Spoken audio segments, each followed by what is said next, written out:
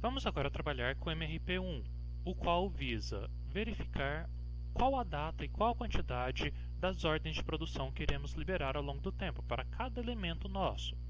Vamos chamar aqui de ordem de produção, mas poderia ser ordem de fabricação, ordem de compra, ordem de montagem, o jeito que vocês quiserem, o jeito que for dentro da empresa. Para facilitar aqui, vamos trabalhar como ordem de produção. Bom, temos aqui duas árvores do produto A e do produto K. O produto A depende de E e de C. O elemento C, eu preciso de 2 Ds e 2 Es para fazer, é o mesmo E, por exemplo, um parafuso que eu uso em mais de um lugar. E o elemento D preciso de um F e de 3 Es. Já o elemento K, eu preciso de um E e de 2 Fs. Eu tenho por vendas esse MPS aqui descrito, de 500 unidades na 8, do elemento A, 100 na 5 e 600 na 10, do elemento K. E vamos trabalhar a partir disso. O primeiro item que nós temos dentro do MRP é determinar qual que é a ordem que vamos calcular as tabelas. Então aqui a gente vai ter o elemento, vamos ter o nível e vamos ter a ordem. Vou colocar aqui todos os elementos, o elemento A, K, C, D, E F. O elemento A está apenas lá no topo, então é o nível 0, assim como o elemento K. O elemento C, ele é filho de A e só aparece aqui nesse nível, então a gente vai chamar ele de nível 1. O elemento D, ele é filho de C e só está nesse nível, vamos chamar de 2. Já o elemento E está abaixo de A e abaixo de K no nível 1, abaixo de C no nível 2 e abaixo de D no nível 3. Então ele está no 1, no 2, no 3. Já o F se encontra no nível 1, abaixo do K, o K é 0, o F é 1, e também abaixo do D, no nível 3, 1 e 3. Por regra geral da LLC, eu desconsidero os elementos anteriores, os níveis anteriores, e eu uso só o mais baixo. Então o E eu vou considerar apenas no nível 3, assim como o F. A ordem de cálculo vai ficar o A e o K em primeiro, tanto faz eu fazer um ou outro. O elemento C tem que ser o segundo a ser calculado, o D tem que ser o terceiro a ser calculado, e por fim o E ou o F tem que ser os quartos. Tanto faz também E ou F. Começando então pelo elemento A, tanto faz o A ou o K, vou começar apenas pelo A.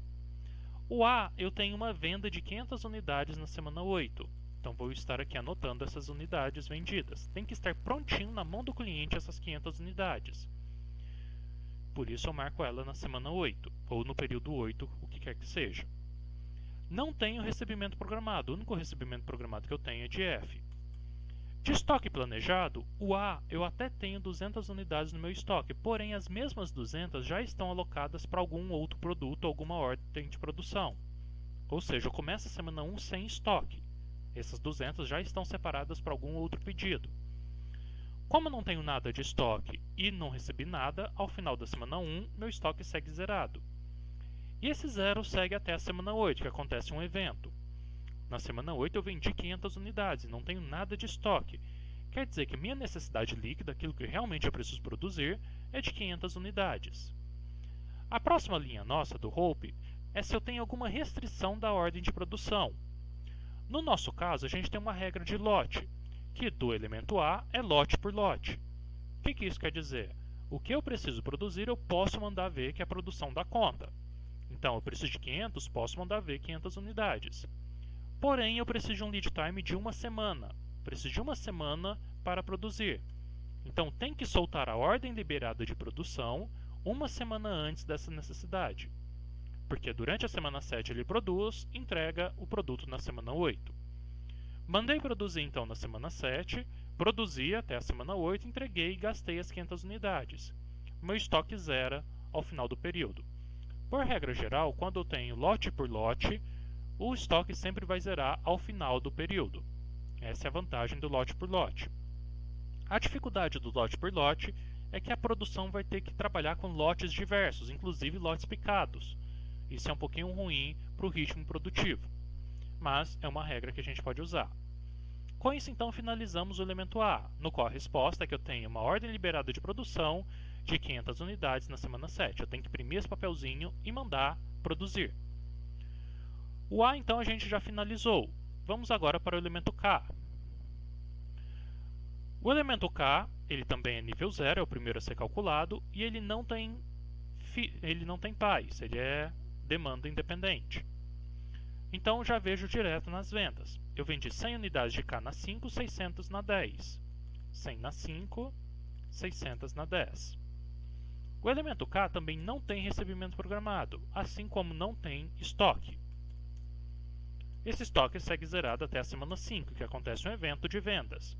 Eu vendi e preciso prontinho 500 unidades do elemento K na semana 5. Não tenho nada no estoque, quer dizer que eu preciso produzir, tenho uma necessidade líquida de 100 unidades. O próximo item são das restrições da ordem de produção. O elemento K não tem restrição também, é lote por lote, com uma semana de antecedência. Então, eu preciso de 100, eu posso mandar produzir 100, só que com uma semana de antecedência. Produzi 100, entreguei 100, gastei os 100. Zerei meu estoque e o estoque segue zerado até a semana 10.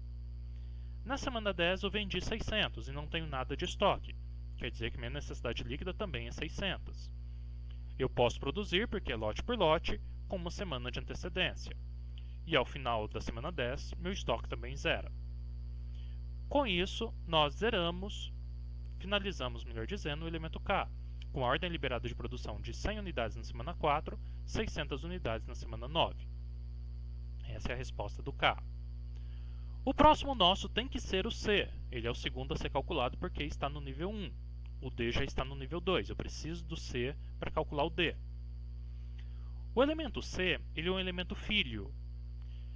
Ele é filho de A. Como A, eu preciso começar a produção com 500 unidades na semana 7, o C precisa estar prontinho as 500 unidades nessa semana 7, senão não começo A e não finalizo na semana 8. Ele é alguma peça, algum elemento que se encaixa no elemento A. Por isso que eu preciso dele prontinho. E também tem que visualizar se ele não tem alguma venda. Por exemplo, pode acontecer de você vender um carro e também vender à parte alguma peça do carro. Então pode acontecer de ter pedidos de peças, de elementos da sua árvore do produto. O elemento C, então, precisa de 500 unidades na semana 7. Ele é filho de A. O elemento C não tem recebimento programado, mas eu tenho um estoquezinho. Eu tenho 300 no estoque e já separei 250 para outro pedido. Quer dizer que me sobram 50 unidades de estoque. Como na semana 1 eu já tenho as 50 unidades e não chegou nada, finaliza a semana 1 com as 50 unidades, que chegam na semana 7. Na semana 7, eu preciso de 500 e tenho 50. Quer dizer que minha necessidade líquida é de 450 unidades do elemento C. Agora eu venho para alguma restrição, se eu tenho alguma restrição de fabricação. O elemento C também é lote por lote, com uma semana de antecedência. Então, preciso de 450, eu posso produzir 450, só que com uma semana de antecedência. Mandei produzir, produzi e entreguei. Zerei meu estoque ao final do período.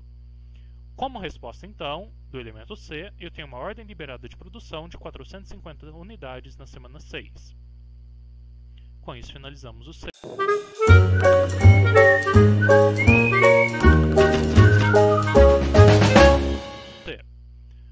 O próximo elemento é o D de dado. O elemento D, ele é filho de C, então vou pegar a resposta de C e vai virar a pergunta para o D, porém ele é um filho 2 para 1. Eu preciso de 2 elementos Ds para produzir um C. O C eu preciso começar a produzir 450 unidades na semana 6. Ou seja, o D tem que estar prontinho essa quantidade. Só que ele é duplicado, é 2 para 1. Preciso de 2 Ds para produzir um C. Então, 2 vezes 450 unidades. Ou seja, o D eu preciso de 900 unidades prontinhas na semana 6. Que senão eu não produzo C, senão não produzo A, não entrego no tempo pedido. O D não é filho de mais ninguém e não tenho nenhum MPS para ele. O elemento D também não tem estoque e não tem recebimento programado. Então aqui temos zerado. Até chegar na nossa semana 6. Na semana 6 eu preciso de 900 unidades do elemento D e não tenho nada de estoque. Quer dizer que na necessidade líquida preciso de 900 unidades. Só que o elemento D, mesmo sendo lote por lote, então o que eu preciso eu mando produzir, eu tenho um lead time diferente, eu preciso de 2 semanas para produzi-lo. Então, eu preciso de 900, posso mandar produzir 900, só que eu preciso de 2 semanas de prazo. Então, vou mandar a ordem liberada de produção de 900 unidades do elemento D na semana 4, entrego só na 6 por conta das 2 semanas e gasto elas montando o elemento C de cima. Com isso, ao final do período, zero meu estoque. Com isso, a resposta do elemento D é uma ordem liberada de produção de 900 unidades na semana 4. Finalizamos assim o D. O próximo pode ser o E ou o F, tanto faz. Eu vou fazer o E apenas por ordem alfabética, mas poderia fazer o F também.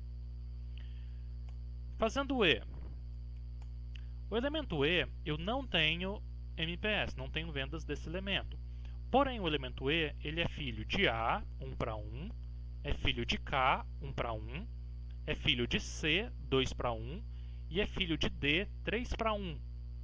Então, eu utilizo o E em vários itens. Por exemplo, o E é um parafuso. Ele tem várias utilidades ao longo do meu processo de montagem de fabricação.